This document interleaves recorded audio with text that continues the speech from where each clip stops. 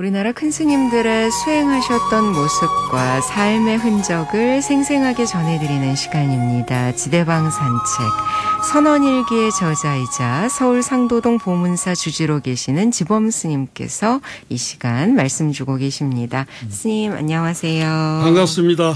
스님께서 법정 스님의 어떤 모습과 또 가르침을 지난 시간부터 전해주고 계신데요. 효봉 스님으로부터 수행의 기본이 되는 철저한 시간관념 또 청빈한 규율을 배웠다는 그 부분까지 말씀 들었습니다. 스님. 그렇죠. 예, 그것 말씀드리고 이제 오늘부터는 법정 스님의 해인사 선방과 강원 시절. 법정 스님께서는 1983년도 6월 24일에 나온 명저서 텅빈 충만에서 텅빈 충만에서 해인사 살았던 12년을 그래도 자세하게 말씀을 하셨어요. 텅빈 충만 책에서. 네. 그래서 저도 참고를 하고 또 여러 사람한테 취재한 것을 같이 얘기할 겁니다. 네. 법정 스님께서는 효봉 노사를 쌍계사 탑전에서 1년 가까이 모시고 거기서 아까 처음에 말씀하셨다시피 수행자의 정신과 자세를 직접 트레이닝을 통해서 배우시고 그래서 합천 해인사로 갑니다. 합천 해인사 가서 바로 강원에 가는 것이 아니라 선원으로 갑니다. 그 당시 해인사 선원은 태설당이 있었습니다. 태설당. 네. 그래서 이제 법정 스님이 12년 동안을 합천 해인사에서 사시는데 4분의 주지 스님을 모셨다고 그래요. 4분의. 첫 번째 1958년도 가가지고 모신 분이 자운 전계하사, 자운 노스님, 그리고 청담 스님, 그 다음에 자운 스님이 또 오셨어요. 아, 그렇죠. 성철 스님 모실 때 했습니다. 네. 그리고 금담 스님께서 하셨다고 그래요. 네. 그래가지고 우리가 이제 생각할 때는 법정 스님께서는 기도를 이렇게 많이 아는 걸로 생각했는데 저도 그렇게 알았는데 그 텅빈 충만에 나오는 얘기를 듣어보면 법정 스님이 처음에 가서는 그냥 대중과 어울리다 보니까 자기 수행을 대중과 같이 했지 나름대로 못했대요.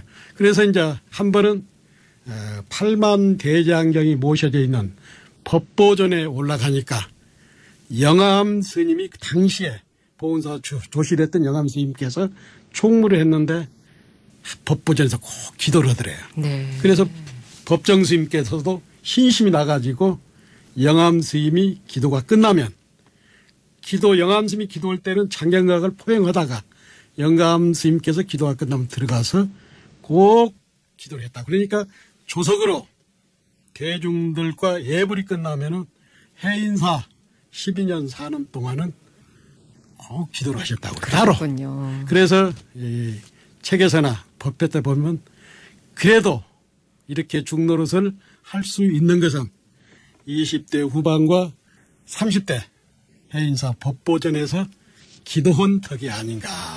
그러면서 이제 그 해인사 그 법보전에 가면은 좌우로 주련이 있습니다. 주련. 네네. 언각도량 하처 어느 곳이 부처님이 계시는 곳인가. 현금 즉시 생사. 바로 이 자리가 부처님이 계시는 곳이다.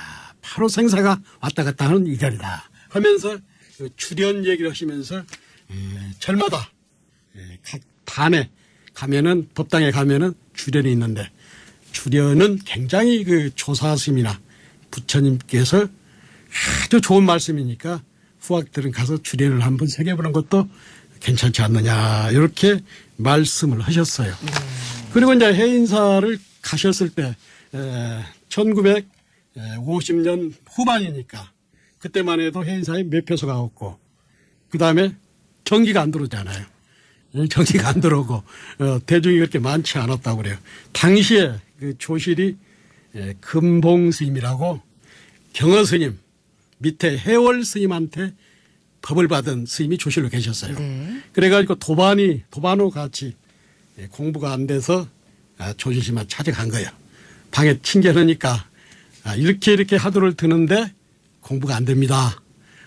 하도가 뭐냐고 물어보더래요. 그래서 부모 미생전 본래 면목을 듭니다. 법정심이 한 게 아니라 도반이 그런 거야. 그러니까 조심히 탁 계시되 부모 미생전 본래 면목 말고 지금 당장 네 본래 면목이 뭐냐? 지금 당장 네 본래 면목이 무엇이냐? 이 소리에 느낌바가 많았다고 그래요. 네, 느낌바가 많아가지고 신심이 났다고 그래요. 그러고 나서 이제 법정 스님께서 그때는 해인사 선언했을 때인데 하루는 장경각 포행을 끝내고 왔다 갔다 하는데 강강 오신 노보살님께서 장경각에서 이렇게 내려오시면서 한다는 말씀이 스님 장경각이 어디 있습니까? 팔만 대장경이 어디 계십니까? 이렇게 물어보는 거예요. 네. 그러니까 바로 여기다 그러니까 바로 여기다 가니까 노보살님 말씀이 그 빨래판 같은 그거 뭐지 있는 거 그러더래요. 그러니까 우리가 국보로 모시는 8만 대정경도 제대로 보지 않으면 빨래판하고 똑같은 거예요. 그때 법정스님이 굉장히 충격을 받았다고 그래요. 네. 그 정찬주 선생 말씀도 그 말씀을 듣어보면 그때 책을 보고 글을 써야겠다. 많은 사람들이 저 국보 8만 대장경을 알려야 쓰겠다는 거예요. 그 노보살님 같은 경우는 8만 대장경을 보고 오셨어도 빨래판 오는 거예요. 네. 그래서 법정 스님께서 강단으로 이렇게 내려오셨다고 그래요. 강단으로. 그렇군요. 네. 그럼 이렇게 법정 스님께서 책으로 글로 대중과 함께 해야겠다라는 그런 계기가 된 일화도 스님께 이제 말씀을 들었는데요. 잠시 스님의 육성 법문 전해드리고 말씀 이어가도록 하겠습니다.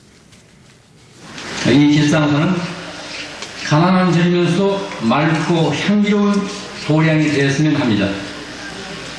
불자들만이 아니라 누구나 부담 없이 드나들면서 마음의 평안과 삶의 지혜를 나눌 수 있었으면 합니다.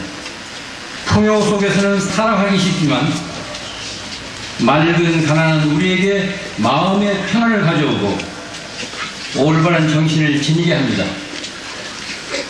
오늘과 같은 경제 난국은 물질적인 풍요에만 한눈을 팔았던 우리에게 우리 자신의 분수를 자각해 하고 맑은 가난의 의미를 되새기게 하는 그런 계기가 되었습니다. 네, 법정 스님 생전 육성 법문 전해드렸습니다. 길상사 개원법회에서 맑은 가난에 대해서 말씀 주시는 그 부분 좀 잠시 함께 들어봤는데요. 그러면 이제 강원에 가서 공부하셔야겠다 이렇게 발심을 하셨네요. 발심을 해가지고 네네. 강원에 가서 그 해인사 초대 강백이 누구냐면 운어 스님이었고 그 다음에 명봉 대강백에서 명봉 이 스님 밑에서 법정 스님이 경을 배웠다고 그래요. 네네. 그러고 그때까지만 해도 법정 스님이 어떻게 공부를 하면은 공부를 제대로 경을 볼 수 있을까? 네. 이렇게 굉장히 그 나름대로 이렇게 방황을 했었는데 명봉 스님의 여법한 가르침을 통해서 경안이 열렸다고 그래요. 경안이. 그렇군요. 그래가지고 그때 이제 강원에서도 벌써 법정 스님이 경안이 열리고 정말로 그 부처님 경전도 조상으로 또 해석을 멋지게 하니까 많은 어른들이 좋아했는가 봐요. 어른들이. 그래가지고 자운노사께서는 자운노사는 어떤 분이냐면 해인사 주지도 2번 오고 그 다음에 대한불교 조계종 전계 대하상을 10년 넘게 했잖아요. 그래서 70년도, 80년도, 90년도 초까지 조계종에서 계를 받은 스님들은 다 자운노사의 전계로 다 계를 받았잖아요. 그래서 얼마나 법정심이 뛰어나냐면 자운노사께서 쓰시던 당 해인사 가면은 우측에는 사지까지 보는 일반 치문 사집이 보는 법당의 우측으로는 그가 현당이고 그 다음에 좌측으로는 간음전이 있어요. 그 간음전 옆에 소소삼방이라고 그 자운스님이 쓰시던 그 방을 법정스님한테 물려준 거야. 그러면서 법정스님에게 옷이여 공양이며 모든 것을 그러니까 이제 그 해총스님이라고 해총스님이라고 대한불교 조계종 포교 원장 스님께서는 불만이 있은 거야.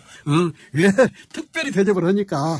아끼셨군요, 많이. 그만큼 아끼셨다 보니까 시기하는 스님들도 계셨죠. 그래 해총 스님이 그렇게 따지니까 네네. 자원노사가 하시는 말씀이 앞으로 한국 불교를 이끌어갈 큰 스님 되실 분이라고 하면서 타일른 거예요. 네. 그래가지고 해총 스님께서도 많은 가르침을 받으셨다고 그래요. 여담인데 이제 법정스님 법문에 나옵니다. 법정스님 법문에 나오는데 언젠가 법정스님이 만행을 하시다가 자운노 스님께 편지를 띄었어요. 편지를 띄웠는데 자운노 스님께서 엽서로 이 답을 했는데 저도 그 법문도 듣었고 저도 이제 그 책에서도 봤는데 이렇게 자운노 스님이 답을 했어요. 소욕지족 그 다음에 소병손해. 그러니까 적은 것에 만족하고 네. 적게 앓고 적게 권해하라. 그래서 요 말씀하셨는데 이게 이제 법정스님의 가슴에 와닿는 거야. 그래가지고 평소 늘 어렵고 힘들 때는 자운노사의 가르침을 근간으로 해서 이렇게 사셨다는 얘기를 책에서도 법문에서도 듣은 기억이 납니다. 네. 해인사에서 12년이나 계셨으면 정말 많은 훌륭한 스님들을 만나서 가르침을 받으셨을 것 같습니다. 그렇죠. 가르침을 정말 많이 받았죠. 아까 처음에도 얘기했지만은 해인사 하면은 그 당시에 지월로 스님을 빼놓을 수가 없지요. 지월로 스님께서는 당시 해인사의 윤화라고 선방의 윤화를 보셨어요.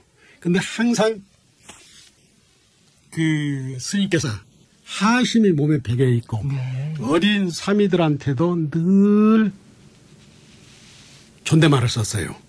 그리고 겸손과 하심이 몸에 배어 있고 조실 스님, 쉽게 말해서 아까 금봉 스님이라든가 조실 스님이 해인사를 출타했을 때는 대신해서 상담 법문을 하셨다고 그래요. 네.